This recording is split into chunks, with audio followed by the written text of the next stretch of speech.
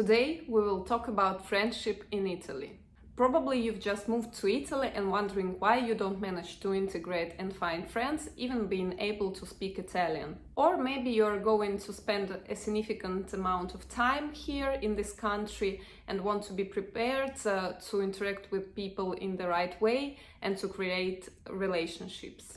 In this case, this video is for you. I will explain some particular points about relationships and friendships in Italy that I've learned during my 7 years of life here, and I hope that this will help you to understand Italians a bit better. Ciao amici! Hi friends! My name is Natalia and welcome to my channel. I studied philology, so I always pay attention to the language to understand the mentality. For example, in Italy, people call everyone amico or amica, what means friend, even if they had just one aperitivo in their life with this person. I am Russian, and in my culture, for example, the division between friends and acquaintances is very clear. But for an average Italian, all those 500 people that he or she knows are friends. To be honest, after the 7 years of my life in Italy, I didn't manage to get true friends among Italians here. I have many acquaintances, the people that I find pleasant and suitable to have a coffee together or go out sometime, but it's not some close friendships. All my close friends here have different nationalities, but they're usually not Italians. I speak Italian almost perfectly, so language is not an issue. And I also don't have problems with communication, for example. I worked for many years in public relations, so if I want to, I can manage to talk even to a table. Just lately, I've realized that I didn't make close friends here only for the reason that the idea of friendship in Italy is not very in line with my idea of friendship and not very in line with my values, and I will explain why. The particular feature of Italian friendship that I've discovered here is that Italians tend more to create wider and more superficial connections and not less connections with deep interactions. In my culture, for example, it's the opposite. We usually have less connections, but we have deeper relationships, closer relationships with these people. And for this reason, I didn't manage to make friends here because it's just not my cup of tea. I mean, I prefer less connections, but deeper ones than just many superficial connections.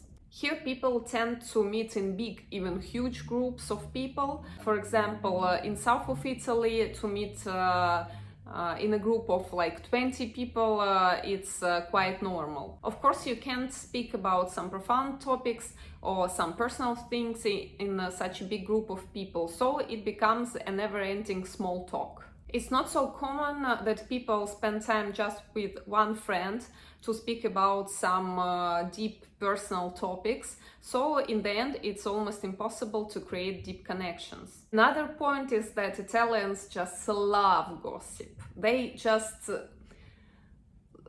love it with all their hearts. And even if very often it's considered that women like to gossip in Italy, for my opinion, men love to gossip more than women. Even in the groups of close friends, people always talk behind the back of their friends. I saw it too many times in my life here, and it created some trust issues for me. If I see that a person is talking behind the back of his or her friend, and it's not something very nice, I immediately mark this person as a dangerous for me. Because I'm just not stupid, and I perfectly understand that if this person talks this stuff behind the back of his or her friend, he or she will do exactly the same with me.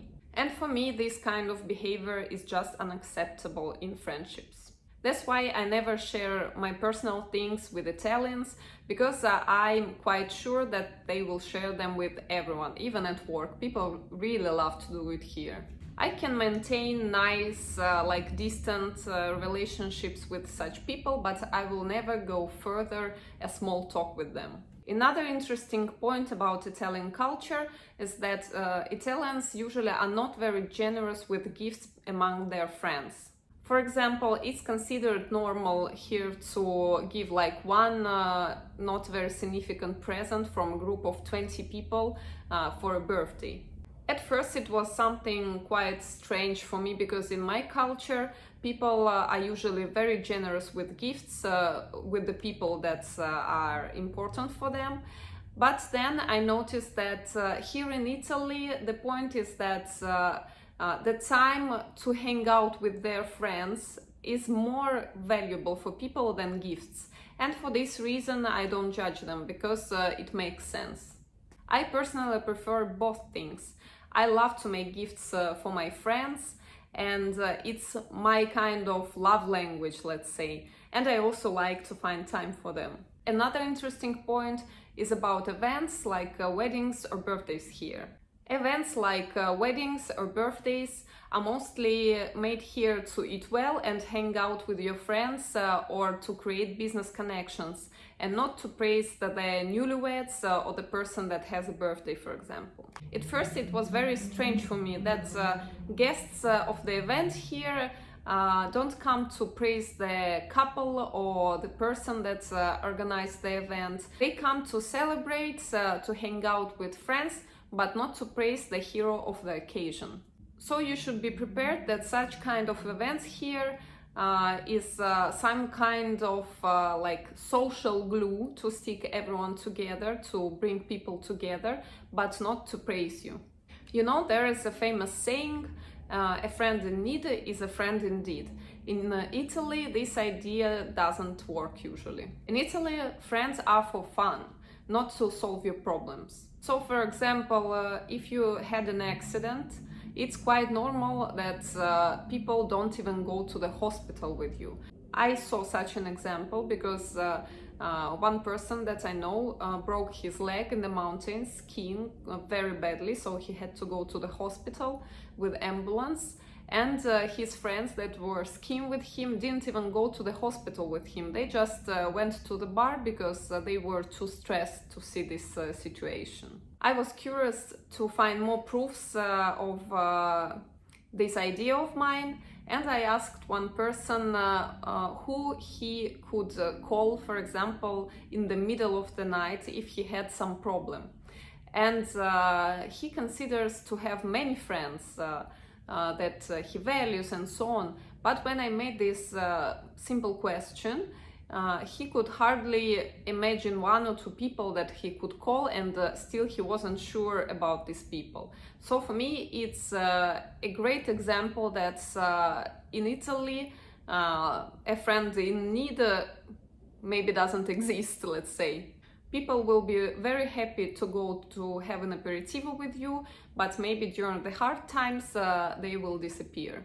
Don't get me wrong, I don't need friends just to solve my problems. I usually don't even ask my friends for help, but I want to be sure that if I really need something, I can rely on my friends. Otherwise, I don't need this kind of friends. I just can have acquaintances with whom I can have fun, and I don't need to be very emotionally invested with them. Another interesting point about Italian society and the idea of friendship here is that Italian society in general is very inclusive in some senses. It's really hard to be excluded from a group of friends here. If something is wrong, people will speak very badly behind your back, but they will continue to hang out with you anyway. I saw a situation where in one group of friends there was a person that was always lying to his friends and also stealing money from them, and everyone knew it, but still they continued to hang out with this person like nothing happened. They were always speaking really badly behind his back, but when they were hanging out together, it was like everything was perfect, everything was fine. I was just shocked when I saw it. For example, in my culture, this kind of person would already get a punch in the face as a minimum, and also become an outcast really fast, because it's just unacceptable to lie to your friends and especially steal from them. I was so surprised when I saw this situation that I decided to ask people from this group of friends Like, how come all of them know that this person does bad things like lying and stealing money, and they are still hanging out with him? They told me that in general in Italy it's really hard to be excluded from the group. I mean, to be excluded from the group of friends, you need to do something really terrible, like, I don't know, to kill a person. And they told that even in this case, it's not guaranteed that the person will be excluded. To be alone and to be excluded from the group in Italy is almost considered as a death, let's say, like it was for our ancestors. I noticed that in general Italians are not capable to eat alone or to spend a lot of time alone. They really suffer from it. I mean, spending time with themselves, it's something unbearable if it's big amounts of time. Italians always need a company, they need a group of people. They always need a group of people to stay sane. Of course, I'm speaking just from my own experience. There can be exceptions, and of course there can be people also in Italy that really know how to create strong and deep connections. But I'm telling more about like general trend that I see and about the things that I see a lot on a daily basis. So if you also didn't manage to make true friends with Italians, don't worry, because maybe the reason is just that your values for relationships are different from the values that they have for relationships here. Hope you liked this video, and I hope you learned some new interesting things for you about Italian culture. Feel free to leave me the questions in the comments if you have some, and also to follow my channel and put like on this video. Thank you for watching, see you very soon, ciao!